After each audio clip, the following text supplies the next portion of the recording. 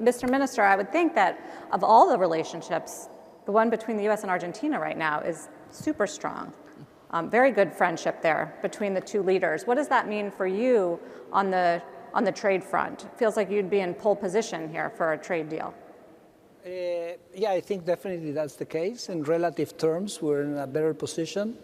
But I tend to be of the position that Argentina, with its history, most of the important thing is that we fix our own problems. I say Argentina's problems are 99% self-inflicted, and then maybe 1% comes from the rest. So we have our homework is mostly in terms of the domestic things we have to do. And I think in this regard, what we've seen in this administration of Javier Milei is quite interesting because, first of all, there's kind of two main ideas. The first one is that Argentina is never again going to have a fiscal deficit. We're going to have a surplus. And President Milei, having inherited a deficit of 5% of GDP, balanced the budget in 1 month, okay? And he has sustained that, and many people thought that was impossible, I myself, and still it was done and it has been sustained. And it's interesting because in the case of Argentina, macroeconomic stability is not only a stabilization thing, it's not only a policy to reduce poverty because inflation is a tax that is paid by the poor, but it's also a growth strategy. Because in an environment which is unstable, you can't really have growth. And then the second idea of Javier Milei is economic freedom, which is deregulation. And I want to perhaps share this thought, which is that you have to have intelligent regulation. But think of the following. Regulation is basically something which is very much anti-entrepreneurial. Because the regulation is something that maybe the large firm can go over the hurdle, but the small firm, it's much more difficult to go over the hurdle of regulation. So it's anti-entrepreneurship, it's anti-small firms, it's anti-competition because it's barriers to entry, it's anti-growth, and it's pro-corruption. That's what regulation is. So the strategy of deregulation and economic freedom, together with economic stability, I think are the main drivers of, I think, a better prospect for Argentina. Many thanks to the IMF for their support in this process. And Argentina remains a very closed economy. And I think maybe the world and this uncertainty, as you said, in the world is an opportunity for us to move to a situation with much more exports and much more imports. So Argentina is never going to have budget deficit. Therefore, Argentina is never going to have another IMF program. Whenever I hear the talk about cutting of fiscal spending and government spending, I think of the chainsaw that President Milei gave, I think Elon Musk, that President Trump is now trying to do. Yeah, actually I take a position with the idea that the fiscal space is the place to go, because you increase government expenditure, you have to increase taxes. So if you have an expansionary effect of the fiscal policy, you have a negative effect from the increase in taxes. Argentina, for example, with the chainsaw, we reduced government expenditure 5% of GDP and the economy grew 6%. But I want to go back to deregulation, if you allow me. I want to tell you a story, okay? Because I agree with Kirsten on being careful with the financial sector and with the MD on intelligent regulation and intelligent deregulation. But listen to this story. I have my email. I ask people to send me emails as to what are the things that are bothering them. So a guy sends to me an email and says, Federico, can you help me with my watermelons? Watermelons, the fruit. Yeah. And I said, what's the problem with your watermelon? They don't taste good. I said, no, they taste great. In fact, I am a big exporter of watermelons from Argentina to other countries in the world. So what is the problem that you have? The problem that I have is that the Food and Drug Administration says that I have to package the watermelons in a specific way. And I say, look, this is not the way my clients want to buy the watermelons. And this is not plutonium, okay? This is not radioactive uranium, okay? This is watermelons, okay? So why do you force me to package that? For 10 years, I've been trying to convince the authorities to allow me to package the watermelons the way my client wants, and not the way you want, the state. Okay, to no effect, okay? So what do? I package the watermelons, and then when the boat leaves the port, I send another boat with 60 guys, and they break up the packages and they package again, okay? And I was reading this in the email, and I turned to my team and I say, this has to be true. Because if I'm trying to imagine this, I cannot imagine this, okay? So it can't be made up. Why am I bringing this story here? Because we've really gone the other way in regulation.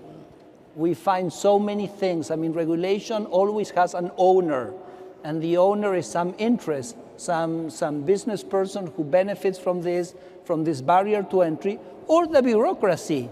Because for the bureaucracy, it's power, it's an opportunity to exert that power, it's an opportunity to generate corruption. And so definitely, I don't know what's the particular situation in the UK or in Germany or in the US, but I can tell you that in Argentina, and I'm sure this is true in all of Latin America, we've really gone so far away that we need to move away from that very significantly. And the problem is that the bureaucrat tends to think that they have to avoid all kinds of risks. So the bureaucrat is thinking, oh, this risk, this risk, this risk. And you're trying to cover those risks, but you're not putting on the table the cost of protecting from those risks. The example I give, it's dangerous to cross the street, but we're not going to forbid people from crossing the street. You have to weigh the benefits of the risk you're trying to contain with the cost of your doing that. And I think that is tremendously, I mean, the cost of the regulation has not been put on the table in the way that they should have been. And I think we need to change the mind frame. And we have to do a little bit like Elon Musk, that he tells his engineers, delete, delete, delete. And he only congratulates the engineers that then tell him that they made a mistake, they deleted too many processes. Okay, and then they have to put back some processes. You think that's a good way to do it? No, that's what we have to do. We have to err on the side and be attentive and be open that if we make a mistake, we turn back. But if you stay and you stop before, then you may stop very, very far away from the optimal position. So we really need to challenge ourselves. We need to go to the extreme. Look, if you've never missed a plane, you spend too much time at the airport. I totally agree with that. I always come very last minute. But wait, really quickly, did you change the watermelon law in your country? No, we changed everything. Look, it was fantastic because I printed everything, and it was 1.5 kilos of regulations to do watermelons and fruit in general, okay? So I said, you have to have a PhD in literature before becoming a fruit producer to read all this stuff, okay? So I sat down with the Food and Drug Administration and said, what should the state do? Because another thing that is a problem is that sometimes we rush to simplify processes without asking ourselves if that process should exist at all. So I said, I'm going to forget about all this. And I asked the Food and Drug Administration, what should the government do on the fruit? And the guy said two things which were very reasonable, which is, we need to know who's producing fruit, because if I have a sanitary issue, I need to know who I have to work with. And I also have to do certificates when you export fruit, because you don't want the Germans opening up a container and all the flies come out of the apples, because they're going to close and say nothing else from Argentina. And anything else? Nothing else. I had in the back of my office the 1.5 kilos of papers, the pile of paper. Okay, so I wrote a regulation which only had those two things, 80 grams.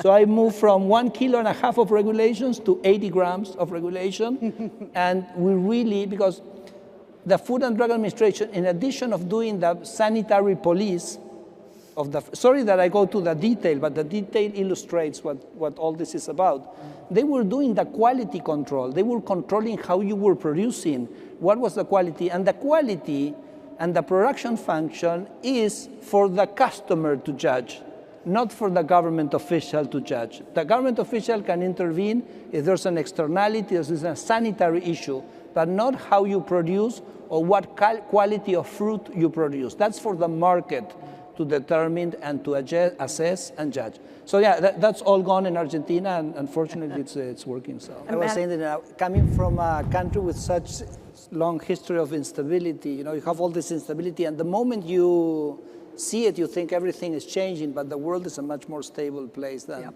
we tend to think. Yes. I need to get off protocol for a second, if you allow me. Okay, so We love off protocol. we work in the Minister of Deregulation and State Reform, and then our symbol is this pin, which is a chainsaw. Okay, so we wear proudly this chainsaw pin, which paid with our own money and not with government money, just I want to clarify. And as a big supporter of the Argentina program, I want to give as a gift to the MD Thank you. a chainsaw pin. Okay. Thank Not you as very big. much. It's not as big as I'll the tell one you, that I prefer the us. pin to the real thing. Thank you. I want Argentina to surprise again with an even larger fiscal surplus than we had last year. So that would be what I would like. I'm wearing this pin. With this promise, I'm putting the pin.